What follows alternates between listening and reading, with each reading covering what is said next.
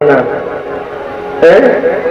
आप लोग यहाँ अपनी जानकारी से, अपने धन से, अपने बल से केस जीत लेंगे, लेकिन उसकी अदालत में तो वही निर्णय होगा जो वो जज साहब चाहेंगे।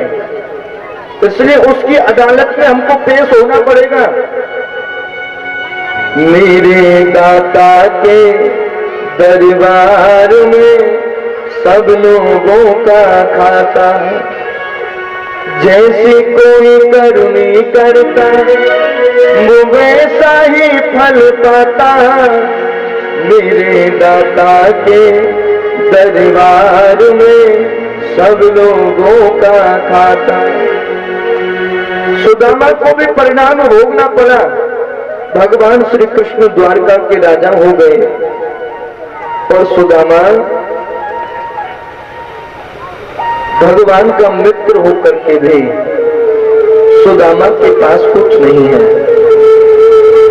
सुदामा की एक झोपड़ी है जिसमें ना तो धूप रुकती है ना बारिश रुकती है। सुदामा की जो पत्नी है सुशीला, बंधुओं बड़ी सुशील है। सुदामा जी किसी से मांगते नहीं है।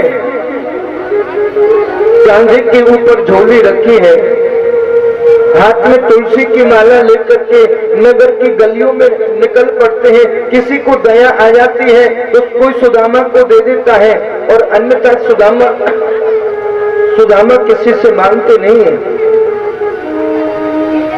यदि सुदामा मांगते ना भगवान तो सुदामा की सेवा करने के लिए तैयार बैठे। सुदामा कुछ कहे तो सही। भगवान तो अपने भक्तों को कृतार्थ करने के लिए हमेशा अपने द्वार खोल करके रखते हैं। सुदामा पुकारे तो सही एक बार, लेकिन जीवन में सुदामा ने कभी कुछ नहीं मांगा। सुदामा से बड़ा संत कौन हो सकता है? सुदामा से बड़ा भक्त कौन हो सकता है? सुदामा के बराबर का कोई दानी कैसे हो सकता है? सुदामा ने कुछ भी नहीं मांगा। 3 दिन हो गए, सुदामा को कुछ भी किसी ने नहीं दिया। एक दिन सुदामा नगर से लौट रहे थे।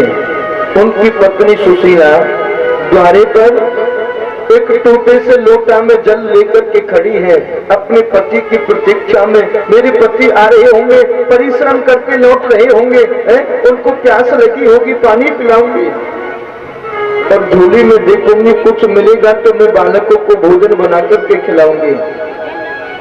बंधुओं, आज तीसरा दिन सुदामा को कुछ भी नहीं मिला। सुशीला द्वारे पर खड़ी हाथ जोड़ करके सुदामा जी को प्रणाम किया। स्वामी प्रणाम। देवी सौभाग्यवती भव, भगवान तेरे ऊपर कृपा करे देवी। स्वामी प्यास लगी होगी ना? अरे देवी, इस सुदामा के पास इस पानी से हट करके और वस्तु भी क्या है? 2 घूंट पानी ही पिला दो। सुदामा ने पानी पिया। सुशीला देखना चाहती मेरे पति को कुछ मिला है कि नहीं। कांधे से झोली को उतार लिया और जैसे ही झोली को खोल करके देखा, आज तीसरे दिन भी सुदामा की झोली खाली चली आई। सुशीला सुदामा जी के चरणों को पकड़ करके रो पड़ी। स्वामी ये कैसा समय है? सुशीला परिस्थिति को देख करके कभी घबराना नहीं चाहिए। सीताराम सीताराम सीताराम कहीं जाहि वेद राखे राम ताहि वेद रही। सुशीला परिस्थिति को देख करके कभी घबराना नहीं चाहिए। भगवान से प्रार्थना करनी चाहिए, हे परमात्मा तूने मुझे दुख दिया है, ये परिस्थिति दी है तो इसे सहन करने की सामर्थ्य दी है। आप भगवान के चरणों में प्रार्थना कीजिए देवी। अवश्य वो दीन बंधु, वो करुणा के सागर तेरे ऊपर करुणा करेंगे। स्वामी मैंने सुना है आपके बचपन के मित्र द्वारका नाथ हैं, आप कभी उनसे मिलने के लिए गए नहीं। देवी कैसे जाऊं? मित्र गुरु और ज्योतिषी मान और नपराज, इन्हें भेद जो ना मिले तो सिद्ध हो नहीं काज। बहन के यहाँ, बेटी के यहाँ, गुरु के यहाँ, मित्र के यहाँ हमें खाली हाथ नहीं जाना चाहिए, कुछ ना कुछ लेकर के जाना चाहिए। मेरे पास यदि एक मुट्ठी चावल भी होते तो मैं अपने मित्र को भेंट कर देता, अपने मित्र से मिलने के लिए चला जाता। लेकिन क्या करूं देवी, मेरे पास कुछ भी नहीं है। मेरा मित्र कहेगा कि मित्र मेरे लिए क्या लाए हो, मैं मित्र से क्या कहूंगा कि मेरे पास कुछ भी नहीं था मित्र। इसलिए मैं अपनी मित्रता को यहीं से बैठे बैठे निभा रहा हूँ। अपने मित्र के पास, मेरे पास कुछ नहीं था, इसलिए आज तक गया नहीं। सुशीला ने 4 मुट्ठी चावल एक एक घर से मांग कर के लाई, सुदामा को सौंप दिया। स्वामी अब तो आप चले जाओ। और आज सुदामा जी चावलों की पोटली को बगल में दबा करके भगवान द्वारका नाथ से मिलने के लिए चलते हैं। बंधुओं, भगवान के द्वारे पर जाते जाते सुशीला को समझाते हुए जा रहे हैं, सुशीला द्वारका मैंने सपने में भी नहीं देखी, मैं लौट करके आऊं कि नहीं आऊं। आप अपने धर्म की रक्षा करना, क्योंकि प्रत्येक स्थिति परिस्थिति में स्त्री का कर्तव्य है वो अपने धर्म की रक्षा करे। देवी, भगवान का स्मरण करती रहना, जरूर भगवान तेरी पुकार सुनेंगे। और आज सुदामा जी भग जा रहे हैं। अचानक मुझे तो मेरा यार मिलेगा, मुझे तो मेरा यार मिलेगा हो। मैंने छोड़ी रे जगत से यार, कटिया मेरा यार मिलेगा। मैंने छोड़ी रे जगत से यार, कटिया मेरा यार मिलेगा। मैंने छोड़ी रे जगत से यारी, कटिया मेरा यार मिलेगा। छोड़ी रे जगत से यारी, कटिया मेरा यार मिलेगा। कटिया मेरा यार मिलेगा, कटिया मेरा यार मिलेगा। सबरिया मेरा यार मिलेगा, सबरिया मेरा यार मिलेगा। मैं तो भूल गया, मैं तो भूल गया, मैं तो भूल गया दुनिया सारी, कटिया मेरा यार मिलेगा। भूल गया दुनिया सारी, कटिया मेरा यार मिलेगा।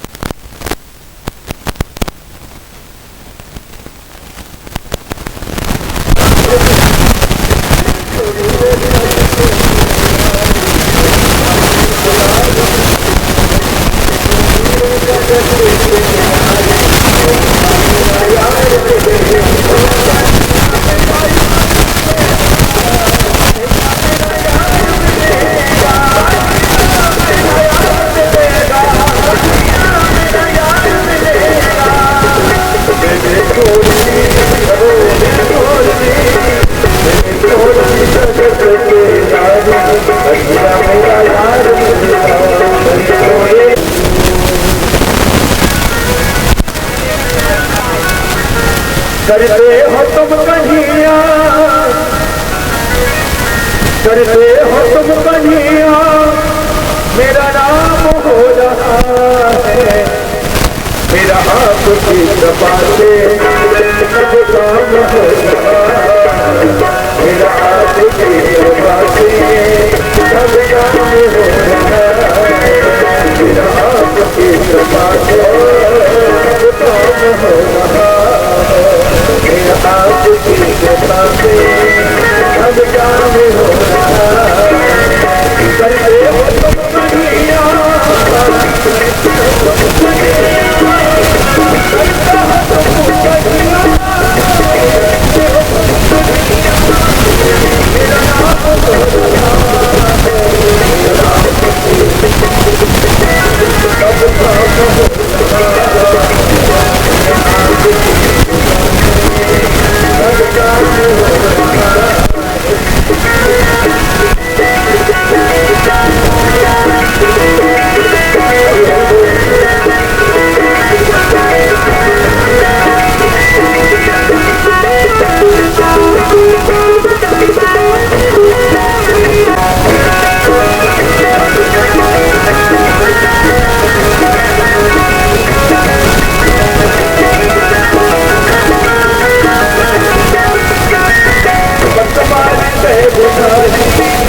मेरी राम चल रहे हैं, मेरी राम चल रही है, वर्तमान के बिहारी, मेरी राम चल रही है, वर्तमान के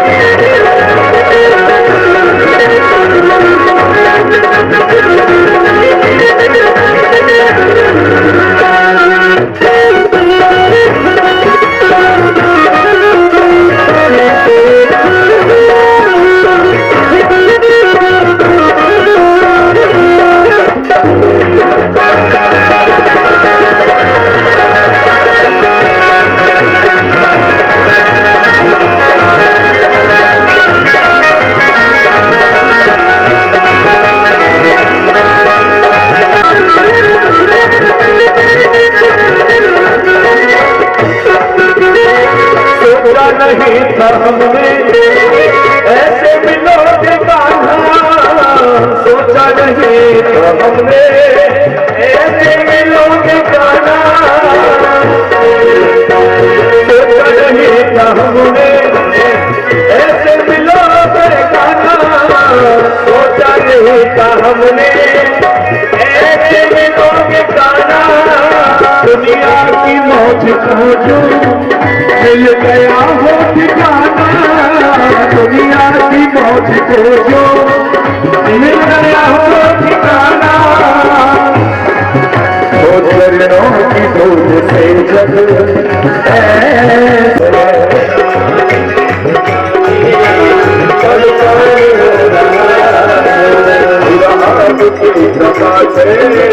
सब काम हो रहा मेरा सब काम हो रहा। करते हो तुम कन्हैया, करते हो तुम कन्हैया, करते हो तुम कन्हैया, करते हो तुम कन्हैया, मेरा काम हो रहा सब काम हो रहा मेरा सब काम हो रहा।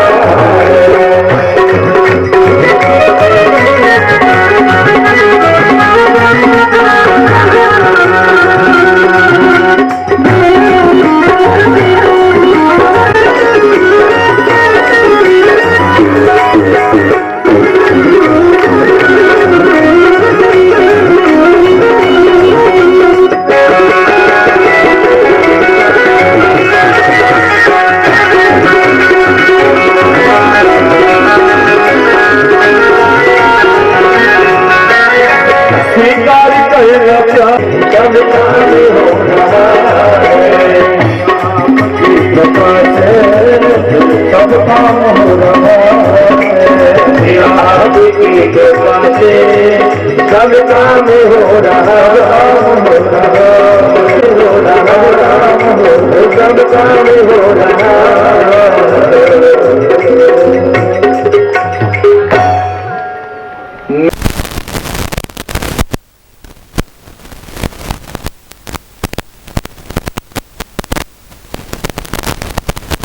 हमें कुछ भी नहीं दिया,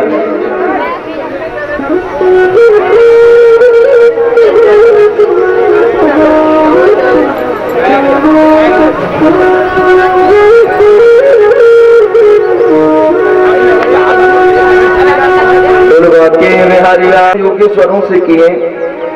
उसके पश्चात दत्तात्रेय जी के 24 गुरुओं की पावन कथा हमको भागवत जी में मिलती है। दत्तात्रेय जी ने अपने जीवन में 24 गुरु बनाए। कौन कौन से गुरु बनाए? कल महाराज जी कह रहे थे फलाने गुरु बनाए, वो गुरु बनाए, एक कुत्ता को गुरु बनाया।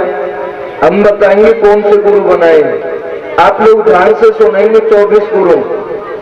सबसे पहले पृथ्वी को गुरु बनाया, आकाश को गुरु बनाया है, एक पिंगला नाम की वेश्या को गुरु बनाया, अजगर सर्प को गुरु बनाया, एक हाथी को गुरु बनाया, एक कुंवारी कन्या को गुरु बनाया, एक हिरण को गुरु बनाया। इन सबसे और अग्नि को गुरु बनाया, जल को गुरु बनाया। इन सबसे दत्तात्रेय जी ने शिक्षाएं ली। बंधुओं, दीक्षा गुरु केवल एक होता है जो कि हमें गुरु मंत्र दे, जो गले में जो कंठी धारण करावे, जो भक्ति का रास्ता जो दिखावे, वो दीक्षा गुरु कहलाता है। और ऐसा दीक्षा गुरु केवल एक होता है। शिक्षा गुरु अनेक हो सकते हैं, जिससे शिक्षा मिलती है वो हमारा गुरु है। और शिक्षा बालक से भी मिल सकती है, बुजुर्ग से भी मिल सकती है, अच्छे से भी मिल सकती है, किसी बुरे से भी शिक्षा मिल सकती है। जिससे शिक्षा मिल जाए, जिससे जीवन जीने की कला मिल जाए, वो हमारा गुरु है। पृथ्वी से क्या सीखा? पृथ्वी से धैर्य सीखा। जैसे पृथ्वी धैर्यवान, अनेक पापों को, अनेक पुण्यों को हम पृथ्वी के ऊपर करते हैं, लेकिन पृथ्वी कभी अकुलाती नहीं है, सबको समान दृष्टि से रखती है पृथ्वी। ऐसे ही हमें पृथ्वी की तरह धैर्यवान होना चाहिए। विषम परिस्थितियों में भी हमको अपना धैर्य नहीं छोड़ना चाहिए। यदि परिस्थिति में हम अपना धैर्य छोड़ गए तो फिर धैर्यवान कैसे? धैर्यवान तो वही व्यक्ति है जो कि विषम परिस्थिति में भी धैर्य को जो न छोड़े, वह धैर्यवान है। हमने अजगर सर्प से क्या सीखा? अजगर करे न चातुरी और पंछी करे न काम, दास मलूका कह गए।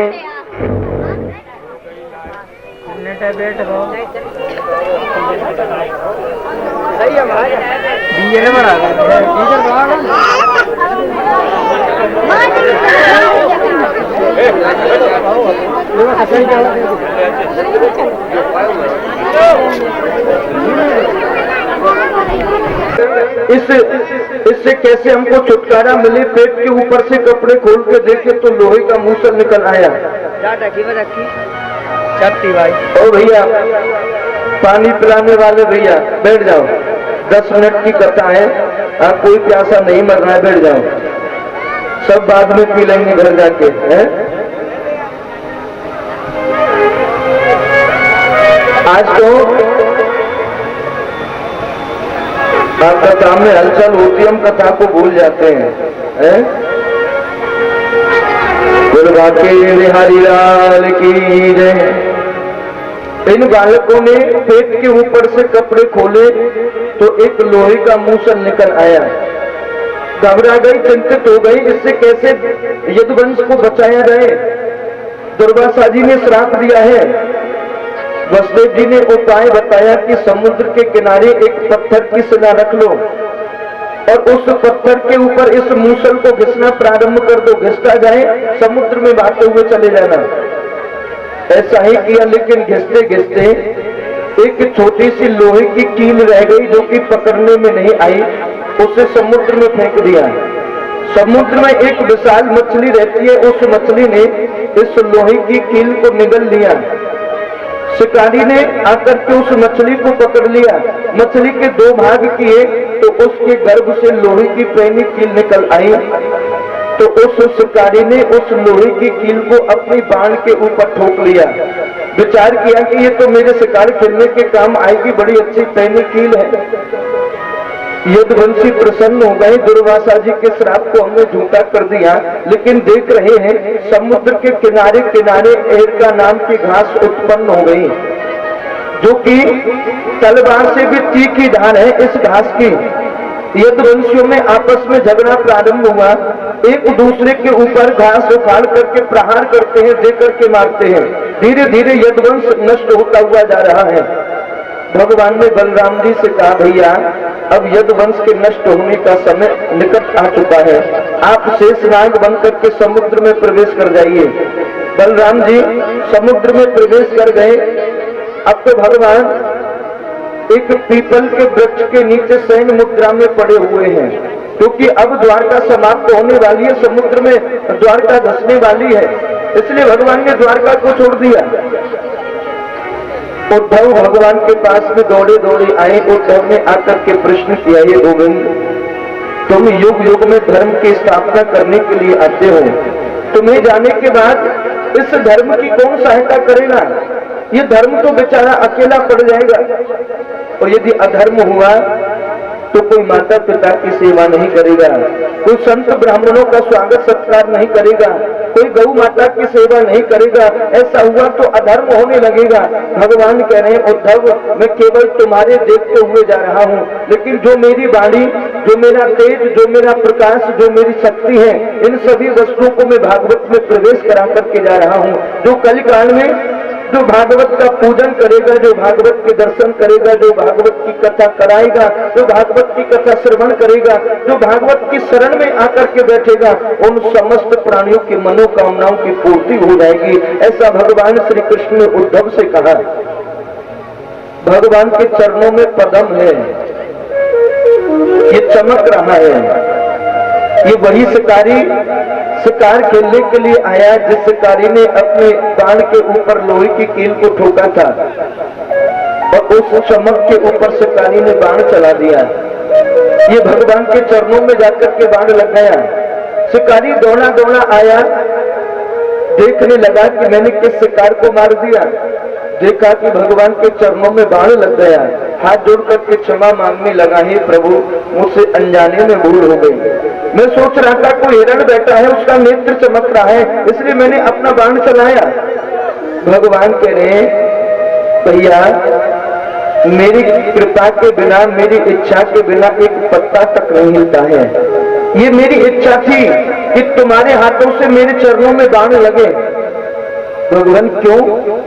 क्योंकि आज तक मैं तेरा ऋणी था। भगवान, मैंने आज तक आपको कुछ दिया नहीं। आप राजा, मैं एक साधारण शिकारी हूँ। आप कहा नारायण, मैं एक जीव। आप मेरे कैसे ऋणी हो सकते हैं? भगवान कह रहे, याद कीजिए, पूर्व जन्म में आप बाली थे और मैं राम था। मैंने छुप करके तुझमें बाण मारा था, सो तेरा कर्ज आज तक मेरे ऊपर चल रहा था। मैं कभी किसी का लेकर के जाता नहीं। जो व्यक्ति जैसा मेरे लिए देता है, मैं भी उस व्यक्ति को वैसा ही दे देता हूँ। इसलिए अब तेरा कर्ज मुझसे अदा हो चुका है, मैं किसी का लेकर के नहीं जाता। भगवान ने उद्धव से कहा, उद्धव, तुम कुछ यदुवंशियों को लेकर के बद्रीनाथ में चले जाओ, जिससे कि यदुवंश आगे की ओर चला जाए।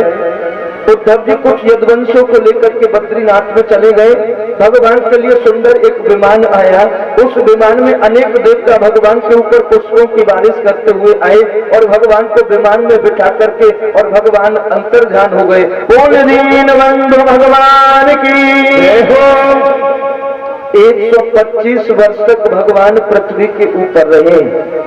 11 वर्ष 56 दिन तक भगवान ने ब्रज में लीलाएं की। उसके पश्चात भगवान ब्रज को छोड़कर के मथुरा में आए। मथुरा से भगवान द्वारका में चले आए। कुल मिलाकर 125 वर्ष तक भगवान इस पृथ्वी के ऊपर रहे और भगवान को चाहे काफी समय बीत गया। 5125 वर्ष पहले भगवान इस पृथ्वी के ऊपर थे। जब से भगवान गए तब से कलयुग इस पृथ्वी के ऊपर आ गया और कलयुग के भी 5125 वर्ष बीत चुके हैं। 4,32,000 वर्ष का है कलयुग, जिसकी अभी प्रथम सीढ़ी चली हुई है। प्रथम चरण कलयुग ने इस पृथ्वी के ऊपर रखा है। कितना घोर अपराध इस कलयुग में हो रहा है। ना जाने कितनी बार अभी हमारा जन्म होगा कलयुग में, ना जाने कितनी बार मृत्यु हो जाएगी, कितनी बार ना जाने हम पशु बनेंगे, पक्षी बनेंगे, कीट पतंग बनेंगे, ना जाने क्या क्या कर्मों के हिसाब से बनना पड़ेगा। बंधुओं, भागवत की कथा हरि अनंत, हरि कथा अनंता। अनंत है। 7 दिनों की चले क्या, 7 महीने की चले क्या, 7 वर्ष की चले क्या, यदि 7 जन्मों तक भगवान की महिमा का वर्णन करते रहे तब भी भगवान के रूप का, भगवान के नाम का, भगवान की लीलाओं का कोई वर्णन नहीं कर सकता है। लेकिन हमसे 7 दिवस में जितना भी अधिक से अधिक बन सका उतना आपने भगवान की कथा का रसास्वादन किया। आज कथा को 7वां दिवस है। भगवान पृथ्वी को छोड़कर के गए। महाराज परीक्षित ने सुखदेव जी से ये पावन कथा श्रवण की। परीक्षित ने जितने भी प्रश्न किए सभी सुखदेव जी महाराज ने उनका उत्तर दिया, लेकिन अंतिम बार सुखदेव जी ने राजा परीक्षित से पूछा, क्या परीक्षित तुम मरोगे? परीक्षित ने हाथ जोड़ करके प्रार्थना की, प्रभु मरना तो शरीर का होता है और मैं शरीर नहीं हूँ, मैं तो आत्मा हूँ। आत्मा ऐसी होती है जैसे हम पुराना वस्त्र छोड़ करके नया वस्त्र धारण कर लेते हैं, वैसे ही आत्मा इस शरीर से निकल करके दूसरे शरीर में प्रवेश कर जाती है। आत्मा कभी मरती नहीं है। आत्मा तो अजर है, आत्मा अमर है, ये कभी जलती नहीं है। पानी में कभी आत्मा को गलाया नहीं जाता। इसलिए मरना तो शरीर का है और शरीर नहीं है हम तो आत्मा है, क्योंकि भगवान ने हमको आत्मा के रूप में इस पृथ्वी के ऊपर भेजा है। आत्मा कभी मरती नहीं, आत्मा तो अजर और अमर रहती है। सुखदेव जी ने विचार किया कि अब मेरा कथा सुनाना सार्थक हो गया। परीक्षित मुझे विदा कीजिए, क्योंकि जब तक मैं यहाँ बैठा हूँ तब तक तक्षक नाम का सर्प नहीं आएगा, और यदि सर्प ने तुम्हें नहीं डसा तो एक ऋषि का दिया हुआ श्राप मिथ्या हो जाएगा, झूठा हो जाएगा। राजा परीक्षित ने सुखदेव जी को विदा किया। अब ये पावन कथा नैमिषारण्य में श्री सूत जी महाराज शौनकादिक ऋषियों को श्रवण करा रहे हैं। आइए, हमने 7 दिन की कथा में पहले दिन से लेकर और आज 7वें दिवस तक कौन कौन सी कथाओं का रसास्वादन किया। आप अपना अपना सर ढक करके हाथ जोड़ करके भगवान गोविंद के चरणों में प्रार्थना करके, हे प्रभु हमसे 7 दिवस की कथा में यदि कोई कथा रह गई तो आप हमें 7 दिवस की कथा का पूर्ण रूप में फल प्रदान करें, ऐसी आपके चरणों में कामना है। आइए, बड़े भाव के साथ हम लोग 7 दिवस की कथा केवल 10 मिनट के अंदर ही श्रवण करेंगे। बोल गोविंद भगवान की। पहले दिवस की कथा में आप सब भक्तों ने भगवान की सुंदर भव्य कलश यात्रा को निकाला। सायकाल की बेला में कथा को प्रारंभ किया। प्रारंभ में आपने कथा के विषय में जाना कि ये भागवत क्या है, इसके श्रवण करने से हमको किस फल की प्राप्ति होगी, इस कथा को हमको क्यों सुनना चाहिए, इस कथा का आयोजन क्यों कराना चाहिए, ये हमने पहले दिवस की कथा में सुना। भक्ति ज्ञान वैराग्य की कष्ट की निवृत्ति हुई इस कथा को सुन करके। जो एक पापी धुंधकारी जिसने जीवन में कोई सत्कर्म नहीं किया, मरने के बाद प्रेत योनि में जा पहुंचा, उनके भाई गोकर्ण ने गया में जाकर के पिंडदान किया, फिर भी मुक्ति नहीं हुई। लेकिन कथा श्रवण कराने के पश्चात वह धुंधकारी प्रेत योनि से मुक्ति को प्राप्त हो गया। ये हमने पहले दिवस की कथा में भागवत के महत्व का वर्णन सुना। दूसरे दिन की कथा में कथा को प्रारंभ किया श्री सूत जी महाराज ने। मानव कल्याण के लिए इस कथा को श्री सूत जी महाराज ने नैमिषारण्य की पावन भूमि पर प्रारंभ किया। प्रारंभ में ही ऋषियों ने सुखदेव जी के जन्म के विषय में सुना, तो आपने सुखदेव जी के जन्म की कथा को सुना, जो कि सुखदेव जी अपनी माँ विद्या देवी के गर्भ में 12 वर्ष तक रहे। भगवान ने वचन दिया मेरी माया नहीं सताएगी, तो सुखदेव जी का जन्म हुआ। ऋषियों के द्वारा पूछे गए 6 प्रश्न, मानव का धर्म क्या है, मंदिर में जाए किसकी पूजा करें, भगवान का नाम अजन्मा है, वो जन्म क्यों लेता है, भगवान के कितने अवतार हुए, वक्ता कौन श्रेष्ठ है, धर्म किम शरणम गता है, ये धर्म किसकी शरण में गया। इन 6 प्रश्नों के उत्तर आपने द्वितीय दिवस की कथा में श्रवण किए। देव ऋषि नारद का पूर्व जन्म आपने दूसरे दिवस की कथा में श्रवण किया, और अंत में विदुर और विदुरानी की पावन कथा को आपने दूसरे दिवस की कथा में श्रवण किया कि भगवान ने दुर्योधन के यहाँ 56 प्रकार के भोजनों को ठुकरा करके विदुरानी के यहाँ केले के छिलकों का भोग लगाया। ये दूसरे दिवस की कथा में श्रवण किया। तीसरे दिन की कथा में महाभारत की कथा को लेकर के कथा को प्रारंभ किया। आपने जाना कि भगवान ने पांडवों की विजय कराई, पिता में भीष्म के ऊपर भगवान ने कृपा की, माँ कुंती ने भगवान से दुखों को मांग लिया, देवी उत्तरा के गर्भ में जाकर के भगवान ने एक बालक की रक्षा की, परीक्षित का जन्म, परीक्षित को 7 दिन में मरने का श्राप, ये हमने तीसरे दिवस की कथा में श्रवण किया। सुखदेव जी का आगमन हुआ। राजा परीक्षित ने अनेक प्रश्न सुखदेव जी से किए, सृष्टि की कैसे भगवान रचना करते हैं, भक्त ध्रुव की कथा, माँ सती की कथा, भक्त प्रहलाद की कथा और अंत में वामन भगवान की सुंदर पावन कथा को हमने तीसरे दिवस की कथा में श्रवण किया। सुंदर सी झांकी का हमने दर्शन किया और भगवान के साथ फूलों की होली का हमने आनंद लिया। यहाँ तक तीसरे दिवस की कथा में आप सब भक्तों ने भगवान की ये पावन कथा को श्रवण किया। चौथे दिवस की कथा में शेष वामन भगवान की कथा को लेकर के हमने कथा को प्रारंभ किया। भगवान राजा बलि के द्वारे पर जाकर के राजा बलि के सेवक बन गए।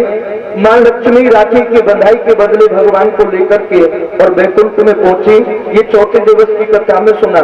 तत्पश्चात गजेंद्र मोक्ष की पावन कथा को आपने चौथे दिवस की कथा में सुना। उसके पश्चात भक्त अजामिल की कथा को आपने सुना, जिसने कि अपने बालक का नाम नारायण रख दिया। संतों के कहने से नारायण कहते कहते वो भवसागर से पार हो गया।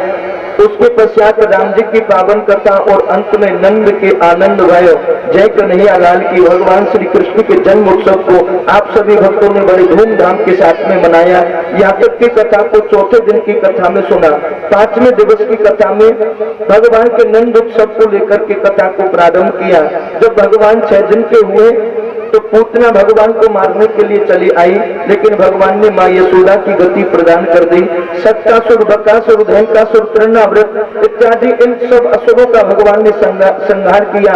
भोलेनाथ भगवान का दर्शन करने के लिए आए। एक बार तो मैया ने मना कर दी, लेकिन भगवान रुदन करने लगे तो मैया ने लाला के दर्शन कराए। गर्गाचार्य ऋषि जी के द्वारा भगवान का नामकरण हुआ। भगवान कभी माटी खावन लीला करते हैं, कभी माखन चुराते हैं। गोपियों के घरों में जाकर के भगवान ने कैसे माखन चुराया, ये आपने झांकी के माध्यम से दर्शन किया। कालिया नाग को भगवान ने नाचा, गोपियों के वस्त्रों का भगवान ने हरण किया और भगवान गाय चराने के लिए जंगल में गए, जहाँ ब्रह्मा जी ने भगवान की गाय बछड़ाओं को चुरा लिया और भगवान ने ब्रह्मा जी को श्राप दे दिया कि कलयुग में तुम्हारी कोई पूजा नहीं करेगा। अंत में गिरिराज जी की पूजा को आपने 5वें दिवस की कथा में बड़े भाव के साथ में 56 भोगों से गिरिराज जी का भोग लगाया। यहाँ तक की कथा को 5वें दिन की कथा में सुना। 6वें दिवस की कथा में शेष गिरिराज महाराज की कथा को लेकर के कथा को प्रारंभ किया। आप भक्तों ने श्रवण किया कि भगवान ने इंद्र का मान भंग करने के लिए गिरिराज जी की पूजा कराई। 7 दिन 7 रात्रि तक मूसलाधार बारिश होती रही, लेकिन भगवान ने अपने बाएं हाथ की छोटी उंगली के ऊपर गिरिराज जी को धारण करके ब्रजवासियों की रक्षा की। इंद्र भगवान से क्षमा मांगने के लिए आया तो भगवान ने क्षमा कर दिया। उसके पश्चात महाराज की कथा को आपने सुना, जिस महाराज ने गोपियों ने काम को जीत लिया। गोपियों को अभिमान हुआ तो भगवान साथ छोड़ करके चले गए। यमुना जी के किनारे पर बैठकर के गोपियों ने गोपी गीत का वाचन किया तो भगवान पुनः प्रकट हुए। भोलेनाथ इस रास में गोपी बनकर के पधारे। ये हमने 6वें दिवस की कथा में सुना। तत्पश्चात अक्रूर जी भगवान को लेने के लिए मथुरा से चले आए और भगवान परसों की कहकर के मथुरा के लिए चले गए। परसों के बाद अपने मित्र उद्धव को ब्रज में भेजा। उद्धव को गोपियों ने बहुत समझाया। ये बृहस्पति का शिष्य था, बड़ा ही ज्ञानी था, लेकिन यह ज्ञान भी बिना प्रेम के सूना होता है। जब तक प्रेम और ज्ञान दोनों ही वस्तु नहीं होंगी तब तक भगवान कृपा नहीं करते। तो उद्धव भगवान का प्रेमी बना, भगवान के दर्शन हुए। उसके पश्चात रुक्मणी जी का विवाह हमने 6वें दिवस की कथा में झांकी के माध्यम से दर्शन किया। आप सभी ने खूब बढ़ चढ़ करके मां रुक्मणी का कन्यादान किया। आज 7वें दिवस की कथा में भगवान के 16,108 विवाहों श्रवण किया। भगवान ने 16,108 विवाह संपन्न हुए। उसके पश्चात जरासंध के ऊपर भगवान की विजय हुई। पांडवों के राजसी यज्ञ में जाकर के भगवान ने झूठी पत्तलों को उठाया, शिशुपाल का भगवान ने वध किया। कुरुक्षेत्र में जाकर के भगवान 100 वर्ष के बाद सब ब्रजवासियों से मिले। भक्त सुदामा की पावन कथा को आज आपने सप्तम दिवस की कथा में श्रवण किया। दत्तात्रेय जी के 24 गुरुओं की कथा को सुना, 9 योगेश्वरों की पावन कथा को सुना और संपूर्ण इस कथा का जो सार है उस सार को आप सब भक्तों ने श्रवण किया। अंत में इस भागवत कथा में 18,000 श्लोक हैं, 335 अध्याय है, 12 स्कंद हैं। इस कथा के जो रचयिता हैं, जो लिखने वाले हैं, वो परम आदरणीय श्री व्यास जी महाराज, जो कि जन जन का कल्याण करने के लिए इस भागवत कथा की रचना की। इस कथा के श्रवण करने मात्र से जो भक्त भागवत जी को जो श्रवण करता है, जो भागवत जी के दर्शन करता है और जो भक्त अपने घर नित्य भागवत जी का यदि एक भी श्लोक पढ़ता है, समझो कि साक्षात भगवान श्री कृष्ण उसके ऊपर कृपा करने के लिए विराजमान है। ऐसी भागवत कथा की महिमा है। और इस भागवत कथा का जो अंतिम श्लोक है, जिसे हम 18,000वां श्लोक कहते हैं, उसका उच्चारण करने मात्र से व्यक्ति के पाप ताप संताप क्षण भर में नष्ट हो जाते हैं। तो आप सब भी इस अंतिम श्लोक का बड़े भाव के साथ में उच्चारण करेंगे। नाम संकीर्तनम यस्य, नाम संकीर्तनम यस्य, सर्व पाप प्रणाशनम, सर्व पाप प्रणाशनम, प्रणामो दुख समनः, प्रणामो दुख समनः, तम नमामि हरिं परम, तुम नमामि हरिं परम। हरे नमः, हरे हरे नमः, हरे नमः। बोल भागवत भगवान की, बाल कृष्ण लाल की जय, गौ माता की जय। समय बहुत अधिक है, हो चुका है।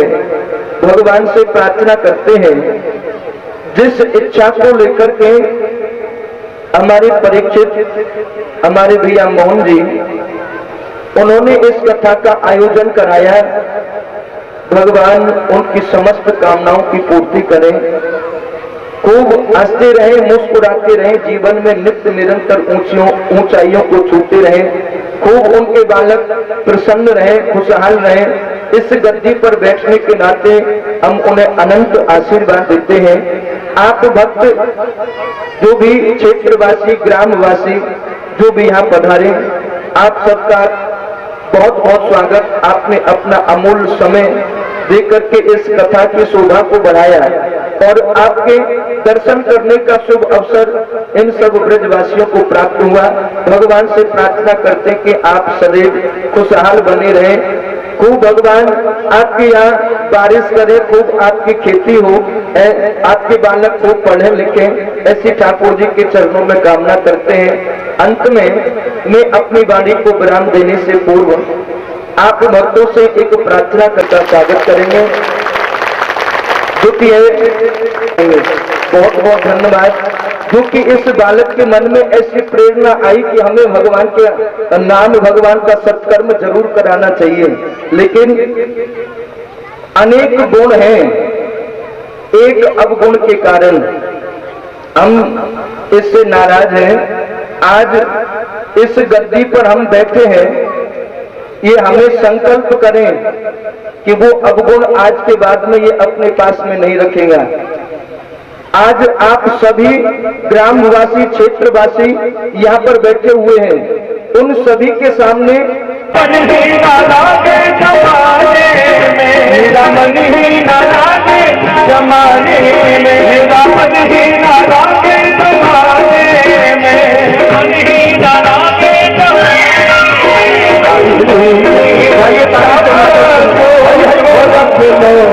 मुझे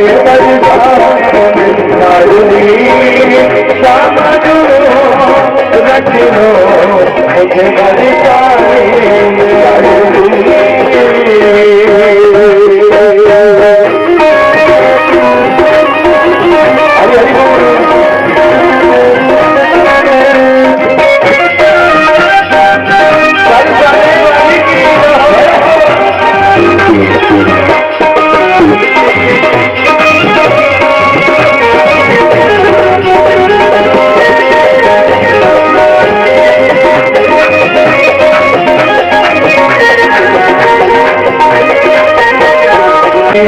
विशाल में तो जीती हूँ, ये दीनी है काल में तो जीती हूँ, ये पथ है विशाल में तो जीती हूँ, ये पथ है विशाल में तो जीती हूँ। हट ना जाऊं, हट ना जाऊं कहीं आने जाए, हट ना जाऊं कहीं आने जाए, वो दामादो वो रख लो बरसाने में गाड़ी, श्यामा जो रख लो मुझे बरसाने में गाड़ी।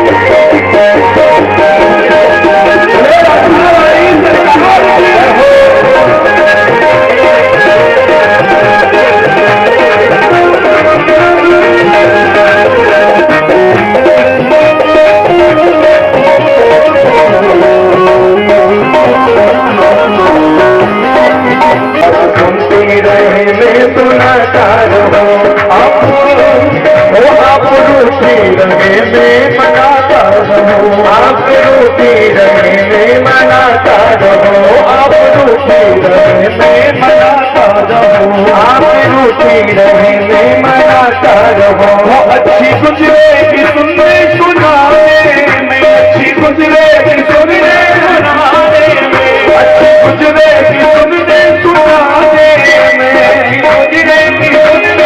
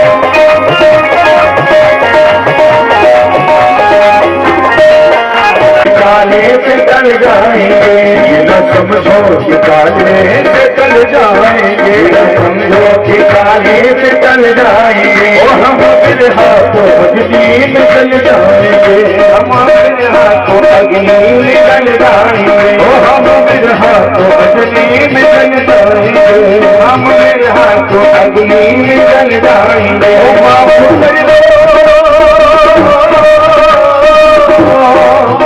माफ कर दो हुआ तो जाने में, कर दो हुआ तो जाने, ओ माफ कर दो हुआ तो जाने में, कर दो हुआ तो अनजाने में, क्षमा दो रख लो मुझे बरसाने में गाड़ी, क्षमा दो रख लो मुझे बरसाने में।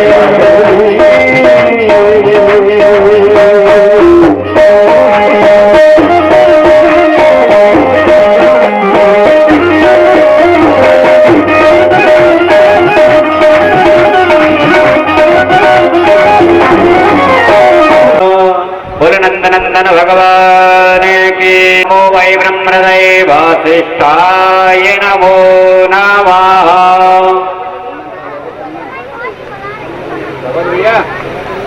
नमो वै ब्रह्महृदये वासिष्ठाय नमो नमः। श्री परमेश्वतो विजयेवा अदिदेव देवा भद्रं पतिये माथ व्रजतराः स्थिरैः।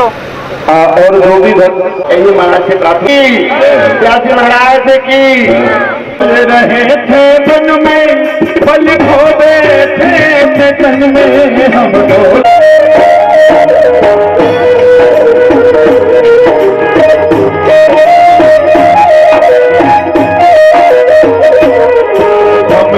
कर विष का प्याला जा रहे संयम के गाला, हम लेकर विष का प्याला जा रहे संयम के गाला, हम लेकर विष का प्याला जा रहे संयम के गाला, हम लेकर विष का प्याला जा रहे संयम के गाला। सुधा पिलाने वाले, सुधा पिलाने वाले, अमृत पान कराने वाले, अमृत पान कराने वाले, तुमको लाखों प्रणाम, तुमको लाखों प्रणाम, तुमको लाखों प्रणाम, तुमको लाखों प्रणाम, तुमको लाखों प्रणाम, तुमको लाखों प्रणाम, तुमको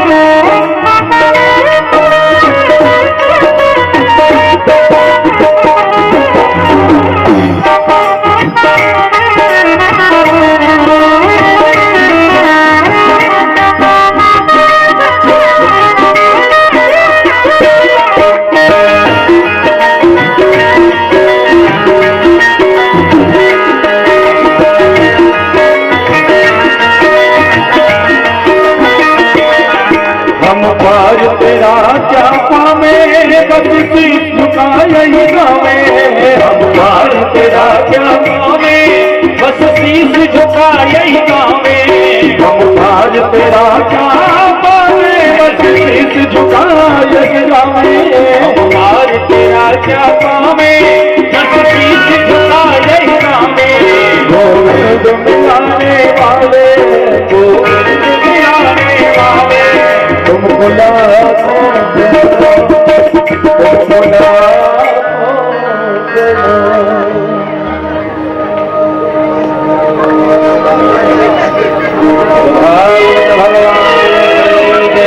सभी भक्तों से निवेदन, कोई भी भक्त बगैर प्रसाद के यहाँ से ना जाए, सभी लोग प्रसाद लेकर के ही जाएं।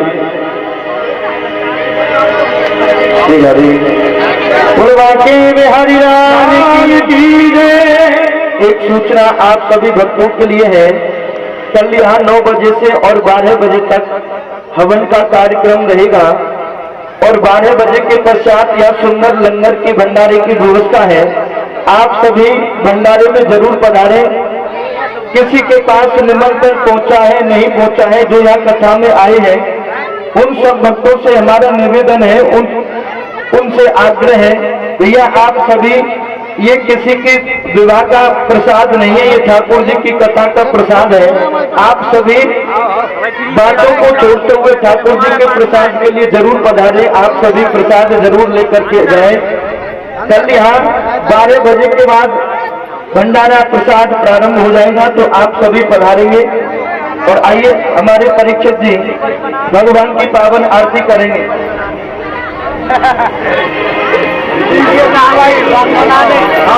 आराम आराम से पूजन कर ले, आराम आराम से आए आप लोग, एक साथ भीड़ ना लगाएं। आरती करेंगे भैया, कौन भैया? आरती हमारे आचार्य बंधु प्रज्वलित करेंगे।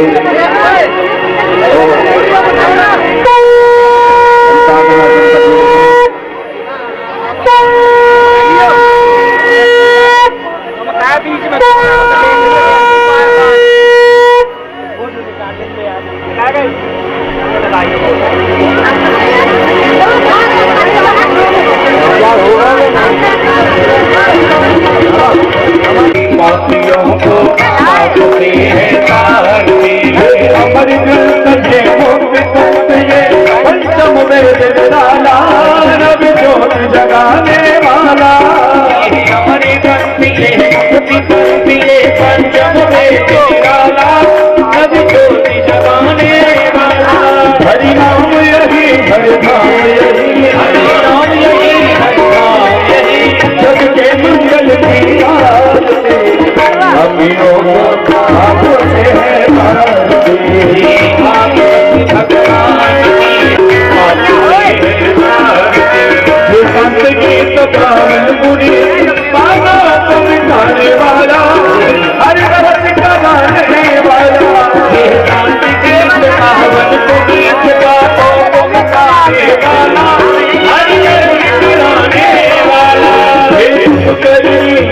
हजूरी करनी मकसूदन की आवाज अबियों आपसे है भागवती भगवान की है आरती पापियों को मांगते हैं राम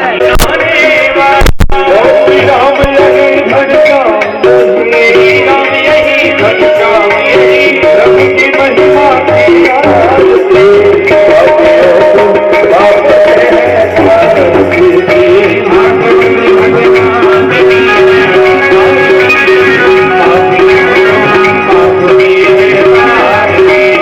प्रभु की